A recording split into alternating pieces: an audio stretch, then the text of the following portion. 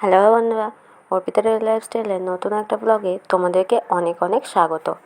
আগামীকাল জামাই ষষ্ঠী, আর আমার হঠাৎ করেই ইচ্ছা হলো এরকম মাটির থালা একটু রং করে জামাই ষষ্ঠীর খাওয়া দাওয়ার জন্য ব্যবহার করি।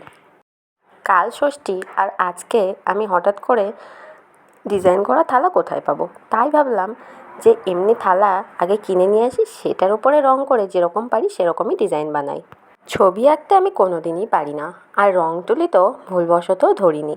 আর এই 4টে থালা গ্লাস বাটি আমার বানাতে মোটামুটি রাত 1টা বেজে গেছিলো।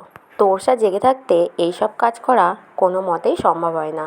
দুপুরবেলা যখন তোরসা ঘুমিয়েছিল একটুখানি করেছিলাম, আর বাকিটা ভেবেছিলাম রাতে ঘুমালে করব।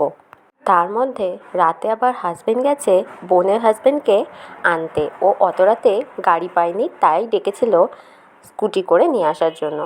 তবে হাজবেন্ড যাওয়াতে আমার একটা সুবিধা হয়েছিল, সেটা হচ্ছে আমার কাজটা তো শেষ হয়ে গেল। রাত 1টার সময় তোমাদেরকে গুড নাইট বলবো না গুড মর্নিং বলবো, এটা ভাবতে ভাবতেই তো আমার অনেকটা সময় চলে গেল। যাই হোক, আবার দেখা হবে কাল সকালে।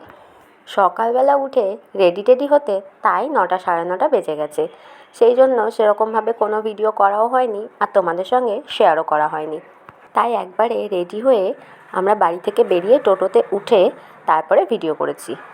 এই গরমে সাজগোজ করা যে কী মুশকিল সেটা একমাত্র মেয়েরাই জানে। তবুও জামাই ষষ্ঠীতে সাজগোজ না করে গেলে কি আর হয়। সারাদিন আমরা এত ব্যস্ত যে কোনো ভিডিওই করতে পারিনি।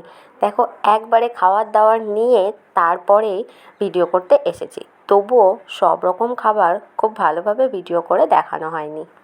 আজকে অর্থাৎ জামাই ষষ্ঠীর মেনু ছিল চিংড়ি মাছের মালাইকারি, পমফ্রেট মাছের ঝাল আর দেশি মুরগির মাংস, সঙ্গে চাটনি, দই, মিষ্টি, পাঁপড়, এগুলো তো ছিলই। তবে আমাদের বাড়ির জামাইরা ভিডিও করতে খুব একটা স্বাচ্ছন্দ্য বোধ করছিল না, কিন্তু আমার বোন মোটামুটি জোর করেই ভিডিও করেছে।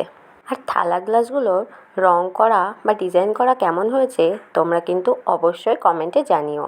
ভিডিওটা ভালো লাগলে অবশ্যই লাইক, কমেন্ট, শেয়ার করো, আর আমার চ্যানেলটিকে ফলো করতে ভুলো না। ভিডিওটা এখানেই শেষ করছি।